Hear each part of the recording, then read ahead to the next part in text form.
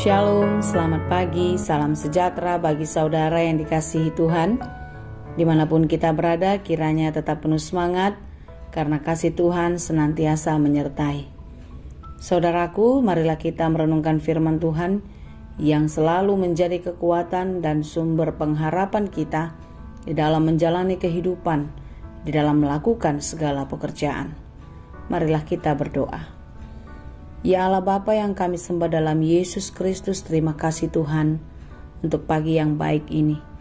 Tuhan masih beri kami kesempatan untuk menikmati anugerah-Mu, menjalani kehidupan yang daripada-Mu. Biarlah perjalanan hidup kami sepanjang hari ini boleh menjadi sukacita dan berkat bagi kami, karena kami tahu dan kami percaya kasih-Mu tidak pernah meninggalkan kami. Kuatkan dan mampukan kami untuk menjadi pelaku firman yang setia di dalam kehidupan kami. Dan biarlah berkat-Mu semakin berkelimpahan bagi kehidupan kami, dan kami boleh Tuhan pakai menjadi saluran berkat bagi banyak orang. Terima kasih Bapa, kami siap mendengar firman-Mu. Berfirmanlah Engkau. Kasih karunia dan damai sejahtera dari Allah Bapa Tuhan kita, dan dari anak-Nya Tuhan Yesus Kristus menyertai saudara sekalian. Amin. Firman Tuhan untuk kita pada hari ini, Sabtu 14 Mei 2022, tertulis dalam kitab Yeremia 16 ayat 20. Dapatkah manusia membuat Allah bagi dirinya sendiri? Yang demikian bukan Allah. Dalam bahasa Batak Toba dikatakan, Yeremia 16 ayat 20, tung tarbahen jol mama bahen akka debata di ibana, somanang tutu akka debata nasida. Demikianlah dikatakan. Allah, siapakah Allah itu? Allah adalah yang maha kuasa, yang maha mengetahui, yang maha segalanya di atas segalanya. Tidak ada yang melebihi Allah, yaitu Allah yang menciptakan langit dan bumi dan seluruh isinya, termasuk saudara dan saya. Dialah Allah Abraham, Ishak, dan Yakub. Dan sampai hari ini, Dia tetap menjadi Allah kita. Karena Dia adalah yang awal dan yang akhir, Alfa dan Omega, kekal selama-lamanya.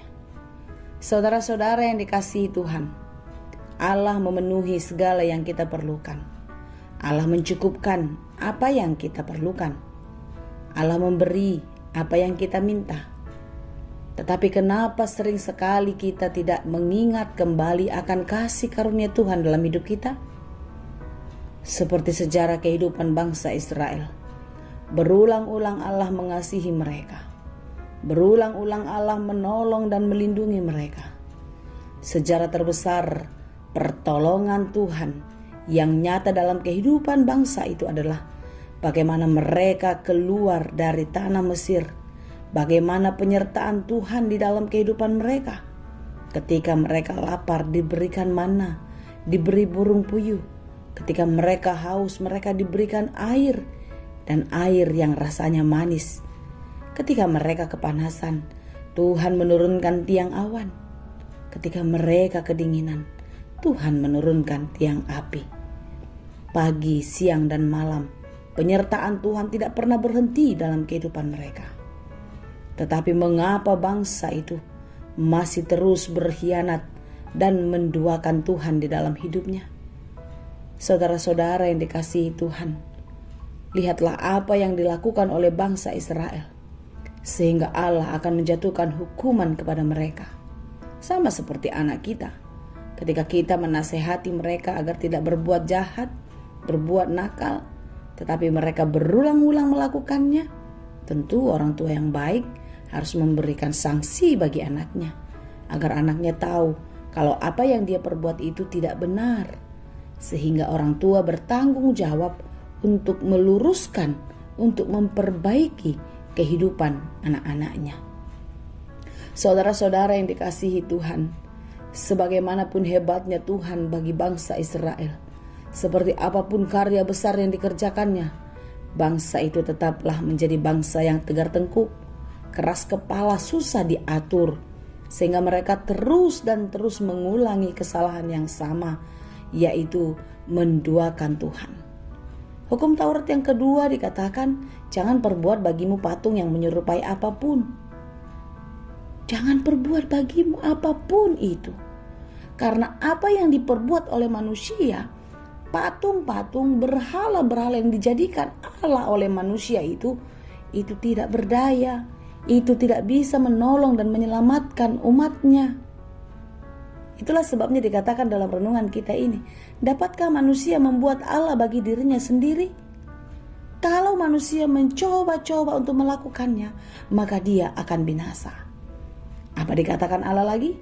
Yang demikian bukan Allah. Karena Allah buatan manusia itu tidak ada apa-apanya. Manusianya yang lebih hebat dari dia sebenarnya. Toh dia buatan tangan manusia. Tetapi Allah yang sesungguhnya, Allah kita adalah Allah yang maha kuasa. Allah penyelamat, Allah pelindung yang bisa mengatasi segalanya. Oleh karena itu saudara-saudara yang dikasihi Tuhan, marilah kita merenungkan firman ini. Sebagai pengikut Kristus, kita sering sekali kita mengatakan adalah murid-murid Yesus. Kita mau melakukan apa yang dilakukan oleh Yesus, menuruti apa yang diperintahkannya. Tetapi ketika kita diperhadapkan dengan kesulitan, diperhadapkan dengan tantangan, sering sekali kita menyimpang dari jalan kebenaran.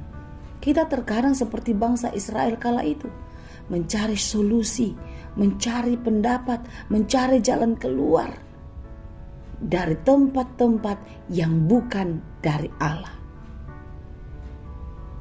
Kita mengatakan kita pengikut Kristus, tapi kita masih percaya kepada hal-hal yang datangnya dari dunia. Saudara-saudara yang dikasihi Tuhan, manusia tidak bisa setia kepada dua tuan. Dia pasti akan memihak. Allah kita adalah Dia mau, Dialah satu-satunya. Oleh karena itu kita tidak bisa percaya atau kita tidak bisa menggantungkan diri kita kepada dua kekuatan yang kita percayai. Kita percaya kepada Allah, kita percaya kepada Yesus Kristus, tapi kita tidak mau melepaskan kepercayaan kita kepada dunia ini.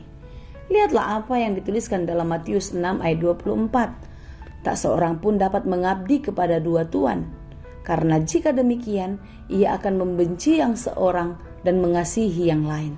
Atau ia akan setia kepada yang seorang dan tidak mengindahkan yang lain. Kamu tidak dapat mengabdi kepada Allah dan kepada Mammon, kepada kenikmatan-kenikmatan dunia, kepada keindahan-keindahan yang diciptakan oleh dunia ini. Tetapi kita harus mengabdi kepada Allah. Kalau kita mengabdi, berarti kita berkorban kepada Allah. Mengapa kita harus berkorban kepada Allah? Karena Allah sudah lebih dulu melakukan pengorbanan kepada kita, yaitu pengorbanan Yesus Kristus di kayu salib.